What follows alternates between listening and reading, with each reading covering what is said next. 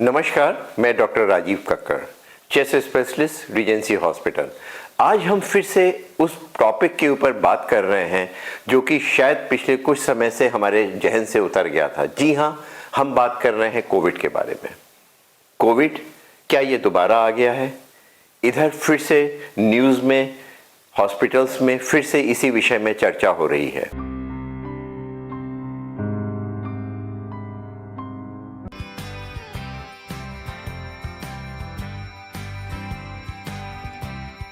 इस बदलते हुए मौसम में जो वायरल इन्फेक्शन होता है वो कुछ ज़्यादा ही बढ़ जाता है। उसका मुख्य कारण कभी ठंडक होना, कभी ओले गिरना, कभी बहुत तेज़ धूप निकलना।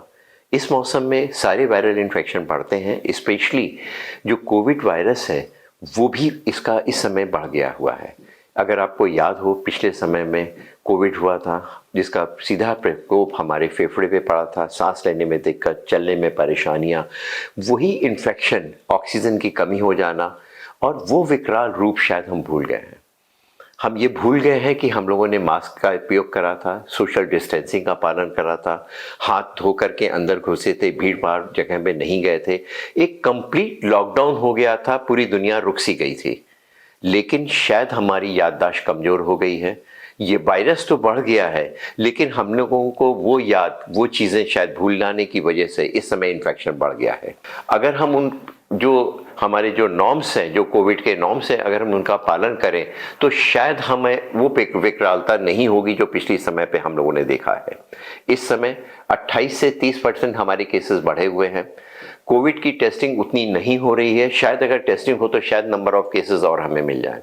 गवर्नमेंट तैयार है, हॉस्पिटल तैयार है, बट लेकिन हम लोग, जो जनता है, हम तैयार नहीं है।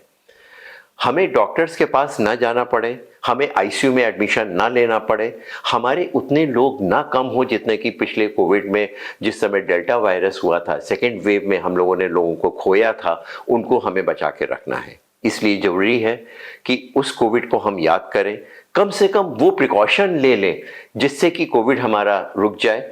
हम लोग अपने आप वैक्सीनेशन नहीं ले रहे हैं। जो पहले वेव में हम लोगों ने वैक्सीनेट करा था, सेकेंड डोज हम लोगों ने ली, लेकिन बूस्टर के समय आते आते हम लोगों ने उसको बहुत कम लिया। वही हमारा एक ब्रह्मास्त्र है जिससे हम बच सकते हैं। वही मास सोशल डिस्टेंसिंग है जिसको हम इसको रोक सकते हैं। एक बार कोविड हो गया, एक बार वायरल इन्फेक्शन हो गया तो शायद हमारा बचना, शायद हमें उसी जगह पर लेकर के चला जाएगा जहाँ की पिछले की बार हम लोग पहुँच चुके थे। कोविड इन्फेक्शन इस समय जो अभी के लिए इन्फेक्शन है, शायद जो इस तरह के हमारे पास पेशेंट्स आ रहे हैं, इसमें नंबर्स काफ़ी बढ़े हुए हैं। इस समय जो वायरल इन्फेक्शन है, इसमें इन्फेक्टिविटी बहुत ज़्यादा है। एक आदमी 15 से 20 आदमी को इन्फेक्ट कर सकता है। वो 15-20 आदमी फिर से हर आदमी एक 20 आदमी को इन्फेक्ट कर सकते हैं, लेकिन उनका विकराल रूप उतना नहीं है। ज़्यादातर ये वायरस जो हमें इन्फेक्ट कर रहा है वो अपर रेस्पिरेटरी ट्रैक्ट तक करता है। हमें खांसी होती है, खराश होती है और कुछ लोगों में सांस की दिक्कत होती है। ये वो लोग हैं जो या तो सांस के मरीज हैं, जिनकी इम्यूनिटी कम है, जिनको डायबिटीज़ है, ब्लड प्रेशर की बीमारी है, हार्ट की बीमारी है, उनको इस तरह की परेशानियाँ ज़्यादा हो रही हैं। अगर हम इम्यूनो कॉम्प्रोमाइज़ हैं, एज ज़्यादा है, बच्चे हैं, प्रेगनेंसी है, तो हमें विशेष सावधानी रखने की ज़रूरत है। अभी जो पेशेंट्स आ रहे हैं उनको 1 दिन या 2 दिन का बुखार होता है, कम समय के लिए बुखार होता है और शायद हम उस बुखार को भूल तो जाते हैं, लेकिन जो खांसी आती है, गले की खराश है, वो शायद हमें सोने नहीं देती है।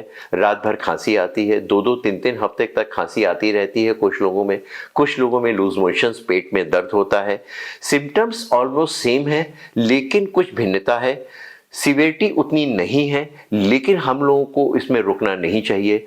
हम लोगों को डरना तो नहीं चाहिए, लेकिन प्रिकॉशन लेते रहना चाहिए, जिससे कि उस जगह हम ना पहुंचे जो कि पिछले साल हम उस चीज़ों को छोड़ आए हैं। धन्यवाद।